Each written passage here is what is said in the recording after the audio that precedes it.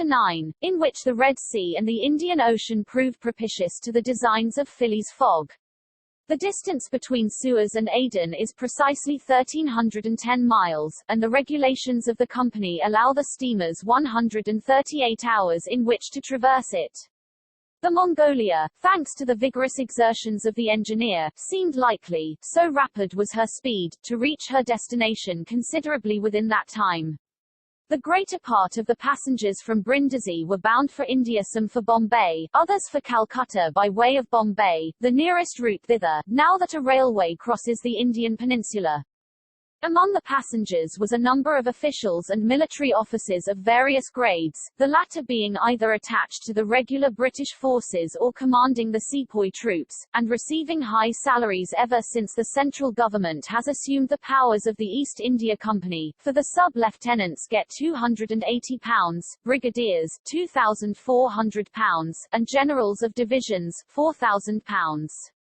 What with the military men, a number of rich young Englishmen on their travels, and the hospitable efforts of the purser, the time passed quickly on the Mongolia. The best of fare was spread upon the cabin tables at breakfast, lunch, dinner, and the 8 o'clock supper, and the ladies scrupulously changed their toilets twice a day, and the hours were whirled away, when the sea was tranquil, with music, dancing, and games.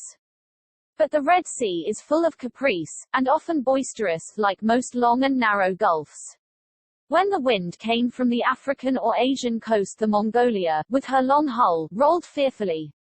Then the ladies speedily disappeared below, the pianos were silent, singing and dancing suddenly ceased. Yet the good ship ploughed straight on, unretarded by wind or wave, towards the Straits of Bab el-Mandeb. What was Phileas Fogg doing all this time? It might be thought that, in his anxiety, he would be constantly watching the changes of the wind, the disorderly raging of the billows, every chance, in short, which might force the Mongolia to slacken her speed, and thus interrupt his journey. But, if he thought of these possibilities, he did not betray the fact by any outward sign. Always the same impassible member of the Reform Club, whom no incident could surprise, as unvarying as the ship's chronometers, and seldom having the curiosity even to go upon the deck, he passed through the memorable scenes of the Red Sea with cold indifference, did not care to recognize the historic towns and villages which, along its borders, raised their picturesque outlines against the sky, and betrayed no fear of the dangers of the Arabic Gulf, which the old historians always spoke of with horror, and upon which the ancient navigators never ventured without propitiating the gods by ample sacrifices. How did this eccentric personage pass his time on the Mongolia? He made his 4 hearty meals every day, regardless of the most persistent rolling and pitching on the part of the steamer, and he played whist indefatigably, for he had found partners as enthusiastic in the game as himself. A tax collector, on the way to his post at Goa, the Reverend Decimus Smith, returning to his parish at Bombay, and a brigadier general of the English army, who was about to rejoin his brigade at Benares, made up the party, and, with Mr. Fogg, played whist by the hour together in absorbing silence. As for Passepartout, he, too, had escaped seasickness, and took his meals conscientiously in the forward cabin. He rather enjoyed the voyage, for he was well fed and well lodged, took a great interest in the scenes through which they were passing, and consoled himself with the delusion that his master's whim would end at Bombay. He was pleased, on the day after leaving Suez, to find on deck the obliging person with whom he had walked and chatted on the quays. "If I am not mistaken," said he, approaching this person, with his most amiable smile, "you are the gentleman who so kindly volunteered to guide me at Suez." "Ah, I quite recognize you. You are the servant of the strange Englishman." "Just so, Monsieur Fix." "Monsieur Fix," resumed Passepartout, "I'm charmed to find you on board. Where are you bound?" "Like you, to Bombay." "That's capital. Have you made this trip before?" "Several times. I am one of the agents of the Peninsular Company." "Then you know India?" "Why yes," replied Fix, who spoke cautiously. "A curious place, this India." "Oh, very curious. Mosques, minarets, temples, fakirs, pagodas, tigers, snakes, elephants." "I hope you will have ample time to see the sights." "I hope so, Monsieur Fix." You see, a man of sound sense ought not to spend his life jumping from a steamer upon a railway train, and from a railway train upon a steamer again, pretending to make the tour of the world in 80 days. No, all these gymnastics, you may be sure, will cease at Bombay. And Mr. Fogg is getting on well? Asked Fix, in the most natural tone in the world. Quite well, and I too. I eat like a famished ogre, it's the sea air. But I never see your master on deck. Never, he hasn't the least curiosity. Do you know, Mr. Passepartout, that this pretended tour in 80 days may conceal some secret errand, perhaps a diplomatic mission? Faith, Monsieur Fix, I assure you I know nothing about it, nor would I give half a crown to find out. After this meeting, Passepartout and Fix got into the habit of chatting together, the latter making it a point to gain the worthy man's confidence.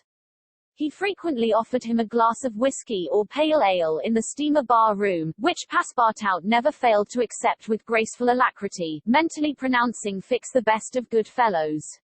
Meanwhile the Mongolia was pushing forward rapidly. On the 13th, Mocha, surrounded by its ruined walls whereon date trees were growing, was sighted, and on the mountains beyond were espied vast coffee fields.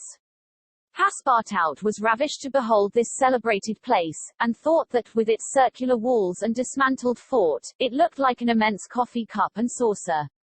The following night they passed through the Strait of Bab el Mandeb, which means in Arabic the Bridge of Tears, and the next day they put in at Steamer Point, northwest of Aden Harbour, to take in coal.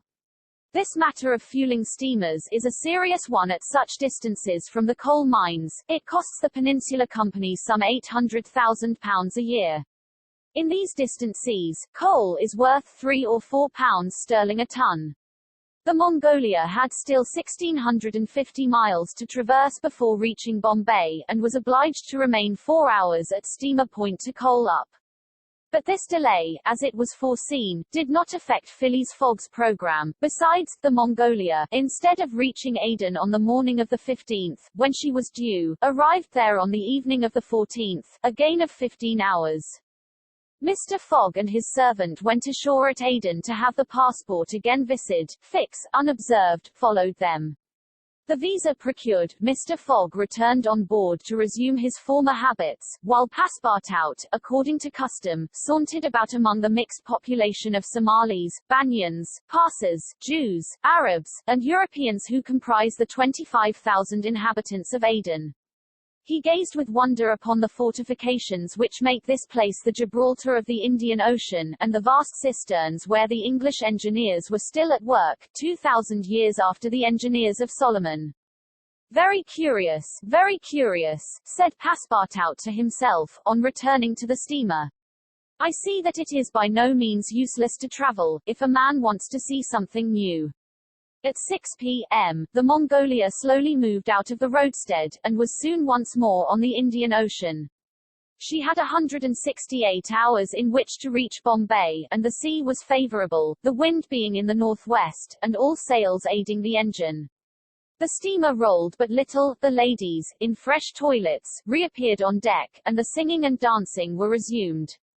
The trip was being accomplished most successfully, and Passepartout was enchanted with the congenial companion which chance had secured him in the person of the delightful Fix. On Sunday, October 20th, towards noon, they came in sight of the Indian coast. 2 hours later the pilot came on board. A range of hills lay against the sky in the horizon, and soon the rows of palms which adorn Bombay came distinctly into view. The steamer entered the road formed by the islands in the bay, and at 4:30 she hauled up at the quays of Bombay. Phileas Fogg was in the act of finishing the 33rd rubber of the voyage, and his partner and himself having, by a bold stroke, captured all 13 of the tricks, concluded this fine campaign with a brilliant victory. The Mongolia was due at Bombay on the 22nd, she arrived on the 20th. This was a gain to Phileas Fogg of 2 days since his departure from London, and he calmly entered the fact in the itinerary, in the column of gains.